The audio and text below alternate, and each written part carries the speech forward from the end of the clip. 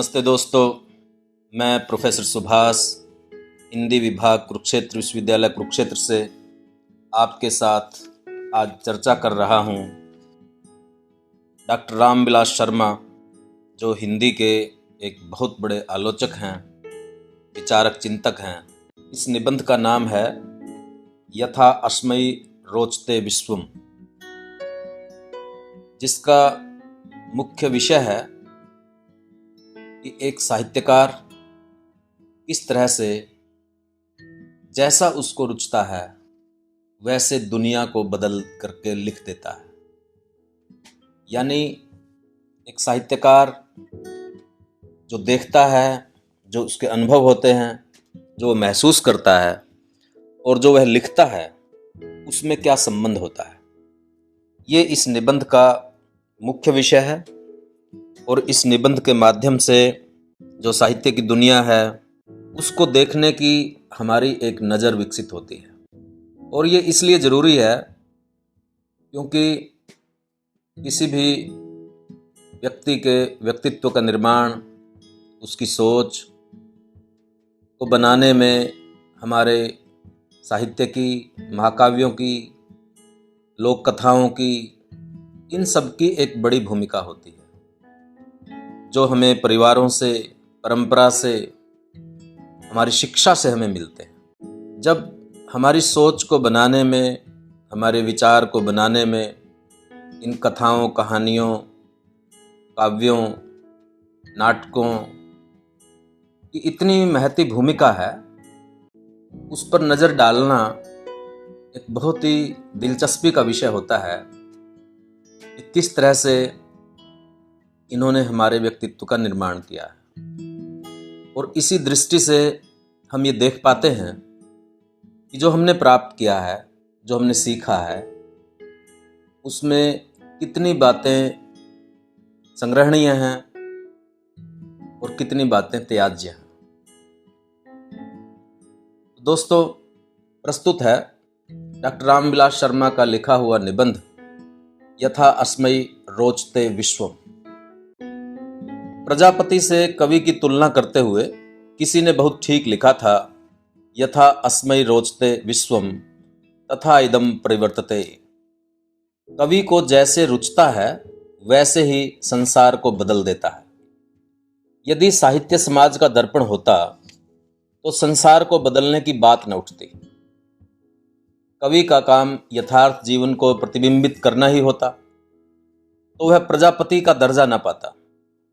वास्तव में प्रजापति ने जो समाज बनाया है उससे असंतुष्ट होकर नया समाज बनाना कवि का जन्म सिद्ध अधिकार है। यूनानी विद्वानों के बारे में कहा जाता है कि वे कला को जीवन की नकल समझते थे और अफलातून ने असार संसार को असल की नकल बताकर कला को नकल की नकल कहा था। लेकिन अरस्तु ने ट्रेजेडी के लिए जब कहा था कि उसमें मनुष्य जैसे हैं उससे बढ़कर दिखाए जाते हैं, तब नकल नवीस कला का खंडन हो गया था। और जब वाल्मीकि ने अपने चरित्र नायक के गुण गिनाकर नारद से पूछा कि ऐसा मनुष्य कौन है, तब नारद ने पहले यही कहा, बहवो दुर्लभाश्च ये त्वया कीर्तिता गुणः। दुर्लभ गुणों को एक ही पात्र में दिखाकर आदि कवि ने समाज को दर्पण में प्रतिबिंबित न किया था, वरना प्रजापति की तरह नई सृष्टि की थी। कवि की यह सृष्टि निराधार नहीं होती। हम उसमें अपनी ज्यों की त्यों आकृति भले ही न देखें, पर ऐसी आकृति जरूर देखते हैं जैसी हमें प्रिय है, जैसी आकृति हम बनाना चाहते हैं। जिन रेखाओं और रंगों से कवि चित्र बनाता है वे उसके चारों ओर यथार्थ जीवन में बिखरे होते हैं। और चमकीले रंग और सुघर रूप ही नहीं, चित्र के पार्श्व भाग में काली छायाएं भी यथार्थ जीवन से ही लेता है। राम के साथ वह रावण का चित्र न खींचे तो गुणवान, वीर्यवान, कृतज्ञ, सत्यवाक्य, दृढ़व्रत, चरित्रवान, दयावान, विद्वान, समर्थ और प्रियदर्शन नायक का चरित्र फीका हो जाए और वास्तव में उसके गुणों के प्रकाशित होने का अवसर ही ना आए। कवि अपनी रुचि के अनुसार जब विश्व को परिवर्तित करता है तो यह भी बताता है कि विश्व से उसे असंतोष क्यों है। वह यह भी बताता है कि विश्व में उसे क्या रुचता है, जिसे वह फलता फूलता देखना चाहता है। उसके चित्र के चमकीले रंग और पार्श्वभूमि की गहरी काली छायाएं दोनों ही यथार्थ जीवन से उत्पन्न होते हैं। उसके असंतोष की जड़ ये मानव संबंध ही हैं। मानव संबंधों से परे साहित्य नहीं है। कवि जब विधाता पर साहित्य रचता है तब उसे भी मानव संबंधों की परिधि में खींच लाता है। इन मानव संबंधों की दीवार से ही हैमलेट की कवि सुलभ सहानुभूति टकराती है और शेक्सपियर एक महान ट्रेजेडी की सृष्टि करता है। ऐसे समय जब समाज के बहुसंख्यक लोगों का जीवन इन मानव संबंधों के पिंजड़े में पंख फटफटाने लगे, सींखचे तोड़कर बाहर उड़ने के लिए आतुर हो उठे, उस समय कवि का प्रजापति रूप और भी स्पष्ट हो उठता है। वह समाज के दृष्टा और नियामक के मानव विहग से क्षुब्ध और रुद्ध स्वर को वाणी देता है। वह मुक्त गगन के गीत गाकर उस विहग के परों में नई शक्ति भर देता है। जीवन का प्रतिबिंब रहकर उसे समेटने, संगठित करने और उसे परिवर्तित करने का अजेय अस्त्र बन जाता है।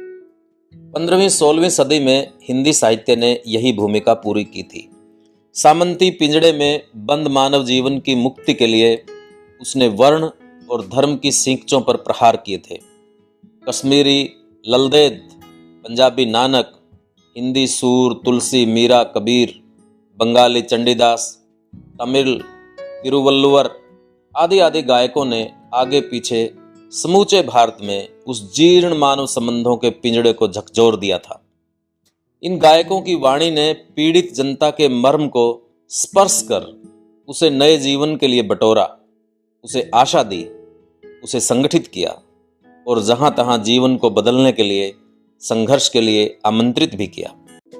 19वीं और 20वीं सदी में बंगाली रविंद्रनाथ, हिंदी भारतेंदु, तेलुगु वीरेशालिगम, तमिल भारती, मलयाली वल्लतोल आदि आदि ने अंग्रेजी राज और सामंती अवशेषों के पिंजड़े पर फिर प्रहार किया। एक बार फिर उन्होंने भारत की दुखी पराधीन जनता को बटोरा, उसे संगठित किया, उसकी मनोवृत्ति बदली, उसे सुखी स्वाधीन जीवन की तरफ बढ़ने के लिए उत्साहित किया। साहित्य का पांजन्य समर भूमि में उदासीनता का राग नहीं सुनाता। वह मनुष्य को भाग्य के आसरे बैठने और पिंजड़े में पंख फटफटाने की प्रेरणा नहीं देता। इस तरह की प्रेरणा देने वालों के वह पंख कतर देता है। वह कायरों और पराभव प्रेमियों को ललकारता हुआ एक बार उन्हें भी समर भूमि में उतरने के लिए बुलावा देता है। भरत मुनि से लेकर भारतेंदु तक चली आती हुई हमारे साहित्य की यह गौरवशाली परंपरा है। इसके सामने निरुद्देश्य कला, विकृत काम वासनाएं, अहंकार और व्यक्तिवाद, निराशा और पराजय के सिद्धांत वैसे ही नहीं ठहरते जैसे सूर्य के सामने अंधकार। अभी भी मानव संबंधों के पिंजड़े में भारतीय जीवन विहग बंदी है। मुक्त गगन में उड़ान भरने के लिए वह व्याकुल है, लेकिन आज भारतीय जनजीवन संगठित प्रहार करके एक के बाद एक पिंजड़े की तीलियां तोड़ रहा है। धिक्कार है उन्हें जो तीलियां तोड़ने के बदले उन्हें मजबूत कर रहे हैं, जो भारत भूमि में जन्म लेकर और साहित्यकार होने का दंभ करके मानव मुक्ति के गीत गाकर भारतीय जन को पराधीनता और पराभव का पाठ पढ़ाते हैं। ये दृष्टा नहीं है, इनकी आंखें अतीत की ओर हैं। ये सृष्टा नहीं है, इनके दर्पण में इन्हीं की अहमवादी विकृतियां दिखाई देती हैं। लेकिन जिन्हें इस देश की धरती से प्यार है, इस धरती पर बसने वालों से स्नेह है, प्रजापति की अपनी भूमिका भूलकर कवि दर्पण दिखाने वाला ही रह जाता है, तो वह ऐसा नकलची बन जाता है जिसकी अपनी कोई असलियत ना हो। कवि का व्यक्तित्व पूरे वेग से तभी निखरता है जब वह समर्थ रूप से परिवर्तन चाहने वाली जनता के आगे कवि पुरोहित की तरह आगे बढ़ता है। इसी परंपरा को अपनाने से हिंदी साहित्य उन्नत और समृद्ध होकर हमारे जातीय सम्मान की रक्षा करेगा। दोस्तों, ये था निबंध डॉक्टर रामविलास शर्मा का यथास्मयी रोचते विश्वम। इस निबंध में उन्होंने इसी बात को स्थापित किया है कि साहित्यकार और साहित्य सिर्फ दर्पण की तरह तत्कालीन सच्चाई को नहीं दर्शाते, बल्कि जो संभावित सच्चाई है उसकी तरफ भी संकेत करते हैं।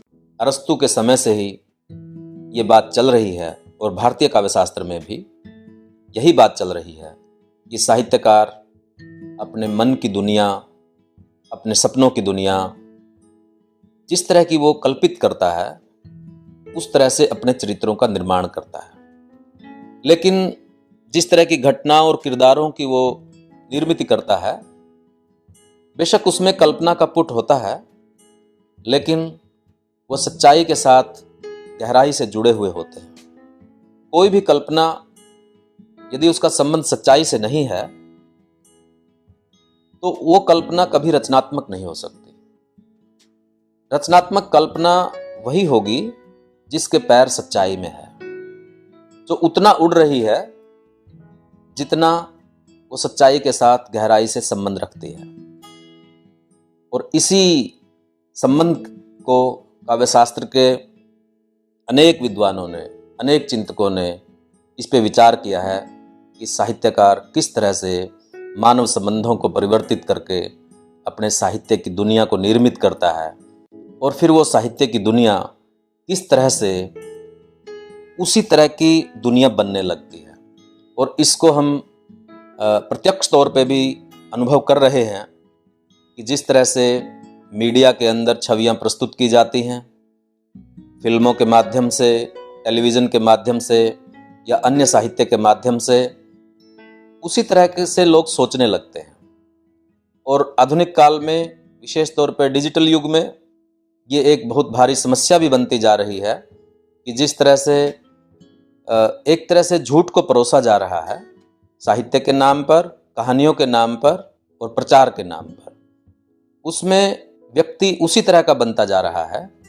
इसलिए जो सच्चा साहित्यकार है, जो देश हितैषी, समाज हितैषी साहित्यकार है और जो बाजार का पिट्ठू है, जो बाजार के मूल्यों को आगे बढ़ाता है, उसमें फ़र्क करने की दृष्टि भी यहीं से पैदा होती है कि कौन साहित्यकार मानवता की सेवा में अपनी कल्पना को, अपने रचना शक्ति को इस्तेमाल कर रहा है और कौन साहित्यकार है जो सिर्फ बाजार को बढ़ाने के लिए मनुष्यों की मनोवृत्तियों को कमज़ोर कर रहा है।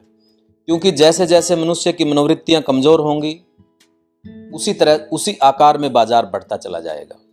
और यही एक संघर्ष है जिसमें साहित्यकार अपनी भूमिका अदा करता है कि वह मनुष्य के नैतिक बल को, आत्मिक बल को, उसकी निर्णय शक्ति को, उसको प्रोत्साहित करते हैं, उसको पोषित करते हैं। दोस्तों, उम्मीद है कि आपको ये निबंध पसंद आया होगा। आप इसे आगे बढ़ाइए। मिलते हैं किसी और इसी तरह के विचारोत्तेजक और सृजनशील निबंध के साथ। तब तक के लिए धन्यवाद।